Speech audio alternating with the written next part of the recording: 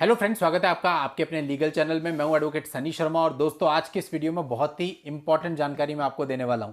ऐसे सभी लोगों को जिनके ऊपर झूठे मुकदमे दर्ज हैं, आज की इस वीडियो में सारी बातों को ध्यान से समझ लेना, क्योंकि जो झूठे केसेज हैं उनको आप अपने ऊपर बर्डन मान के फ्रस्ट्रेट होते रहते हैं, लेकिन कई बार ये झूठे केस ही होते हैं जो कि आपको फायदा भी दे देते हैं। कैसे? आज की इस वीडियो में मैं आपको पूरी जानकारी दूंगा। वीडियो में आखिरी तक बने रहिएगा। चैनल को सब्सक्राइब नहीं किया है तो चैनल को सब्सक्राइब करके नोटिफिकेशन बेल पर जरूर क्लिक कर दें, ताकि आपको इस प्रकार के वीडियोज की जानकारियां निरंतर मिलती रहें। दोस्तों, कई बार होता है कि दावों में झूठे कथन किए गए होते हैं। ये लड़की की तरफ से भी हो सकता है, लड़के की तरफ से भी हो सकता है। ऐसे कोई इंसिडेंट दिखा दिए गए होते हैं जो कभी हुए ही नहीं, और आप क्या करते हो? आप उन इंसिडेंट्स को देख के पहले तो घबराते हो, और फिर बाद में जब आप अपना रिप्लाई सबमिट करते हो तो आप उन सारे इंसिडेंट को डिनाई कर देते हो। ये भी नहीं हुआ, ये भी नहीं हुआ, ये भी नहीं हुआ, ये भी नहीं हुआ, ये भी नहीं हुआ। ऐसा करते हुए आप कुछ नहीं सोचते हो, आपको बस ये लगता है कि इन्होंने झूठ बोला, इसको डिनाई कर दो। देखिए दोस्तों, एक आदमी गलत कर रहा है, वो झूठ बोल करके आपके ऊपर दावा डाल रहा है। अब आपको यहां पर समझदारी से काम लेना है। अगर आप अपने पूरे के पूरे रिप्लाई में, अपने पूरे रिटर्न स्टेटमेंट के अंदर उसकी सारी चीजों को डिनाई करके अपना रिप्लाई फाइल कर देते हो, तो यानी आपने उसके झूठ से कोई फायदा नहीं उठाया। देखिए दोस्तों, यदि कोई आपके साथ गलत कर रहा है तो उसको डील भी फिर वैसे ही करना पड़ता है।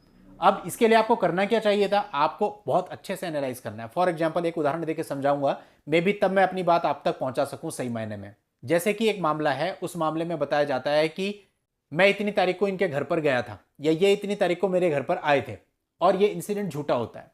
यानी कि वो आपके घर पर आया नहीं है, लेकिन वो दिखा रहा है कि मैं आपके घर पर आया था और आपने ऐसा किया, ऐसा किया, ऐसा किया। अब दोस्तों, इस इंसिडेंट को आप जब रिप्लाई देंगे तो आप मत करिए उसको डिनाई। अब कहिए ठीक है, आया था। अब जो आया था उसके बाद उसने जो घटना दिखाई है तो वो तो पूरी फेक है ना। अब आप अपने हिसाब से बता सकते हैं कि अगर वो आया था तो उसने वहां पर आकर क्या किया। क्योंकि दोस्तों ऐसा है, अगर वो पूरा सब झूठ बोल रहा है, अब उसने एक झूठ ऐसा बोल दिया जिसमें उसने खुद को आपके घर पे दिखा दिया और आपके ऊपर झूठे एलिगेशन लगा दिए कि आपने उसे मारा भी, पीटा भी, गाली गलौज भी किया, ऐसा किया, वैसा किया। अब दोस्तों, आप जब रिप्लाई सबमिट करते हैं तो आप उस चीज को डिनाई मत करो। आप ये कहो कि हाँ, मुझे ये तथ्य स्वीकार है कि इतनी तारीख को मेरे घर आया था, लेकिन बाकी का जो इसमें इंसिडेंट दिखाया गया है ये सारा झूठा है। सत्यता यह है कि फिर आप अपना इंसिडेंट बताओ। अब वो इस बात को डिनाई तो कर नहीं सकता कि वो नहीं आया था, क्योंकि वो खुद उसे एडमिट करके चल रहा है। तो कहीं ना कहीं वो खुद ही उसमें उलझ जाएगा, खुद ही फंस जाएगा। क्योंकि दोस्तों, अगर वो झूठ बोल रहा है तो प्रूफ तो उसके पास भी कुछ नहीं है कि ऐसा कुछ हुआ था। और यदि उसके झूठ में आप उसको फंसा रहे हो तो आपको भी प्रूफ की जरूरत नहीं है, क्योंकि स्टेटमेंट उसकी है। अगर स्टेटमेंट उसकी है तो साबित करने की जिम्मेदारी उसकी है कि वो आपके घर पर आया था और आपने उसके साथ गलत किया, मारपीट करी, गाली गलौज करी, तो वो साबित करेगा। क्योंकि दोस्तों, अपने दावे में झूठ उसने बोला है, आप केवल अपना डिफेंस कर रहे हो। और इतना तो दोस्तों कोई भी करेगा, क्योंकि अगर किसी के ऊपर झूठा मुकदमा दर्ज हुआ है तो उसके पास ऑप्शन ही कितने हो, तो कहीं ना कहीं किसी ना किसी तरह तो वो अपना बचाव करेगा ना। तो मेरा कहने का मतलब होता है, ये तो मैंने आपको एक उदाहरण बताया।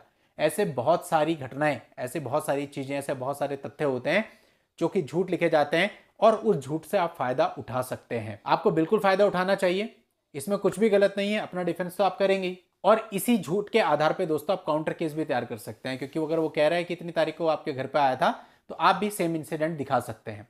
अब वो उसको डिनाई नहीं कर पाएगा काउंटर केस में भी, तो काउंटर केस के लिए भी आपको रेफरेंस तो मिलेगा ही। देखिए, काउंटर केसेस जो भी आप अपनी तरफ से करते हैं, वो सारे काउंटर केसेस दोस्तों पुरानी घटनाओं के आधार पे नहीं होते हैं। उसके लिए कोई करंट इंसिडेंट होना चाहिए। लेकिन जो पुरानी घटनाएं होती हैं, जो कि स्पेशली वो खुद एडमिट करके चल रहा है, वो सारी पुरानी घटनाएं एक रेफरेंस तो दे ही सकती हैं कि पूर्व में भी ऐसा हुआ है और उस बंदे ने एडमिट किया है कि इतनी तारीख को ये आपके घर पे आया था और वहां पे लड़ाई झगड़ा भी हुआ था। हाँ, झगड़े में इंसिडेंट वो गलत दिखा रहा है कि उसके साथ मारपीट हुई, जबकि एक्चुअल में ऐसा नहीं हुआ था, गलत उसने किया था। तो दोस्तों, इस प्रकार से आप अपना एक अच्छा खासा डिफेंस क्रिएट कर सकते हो सामने वाले के झूठ को पकड़ करके। इसलिए दोस्तों, जो भी आप डिनाई करते हो या एडमिट करते हो अपने डब्ल्यूएस के अंदर, अपने रिटर्न स्टेटमेंट के अंदर, वो थोड़ा सोच समझ के करना है। ऐसा नहीं कि एक रटाए रटाए फॉर्मूले में सारा लिख दिया, पॉइंट नंबर 1 भी गलत है, 2 भी गलत है, 3 भी गलत है, 4 भी गलत है, और सत्यता आगे दर्शाई गई है। तो ये एक रटा रटाया फॉर्मेट मत रखिए। अपने तथ्यों के आधार पर, अपने केस के आधार पर डिसाइड कीजिए कि आपके रिप्लाई में क्या होना चाहिए और क्या नहीं होना चाहिए। चलिए दोस्तों, आज के इस वीडियो में इतना ही। नेक्स्ट वीडियो में नई लीगल जानकारी के साथ मैं आपसे फिर मिलता हूं। तब तक के लिए good bye and thank you for watching. Take care.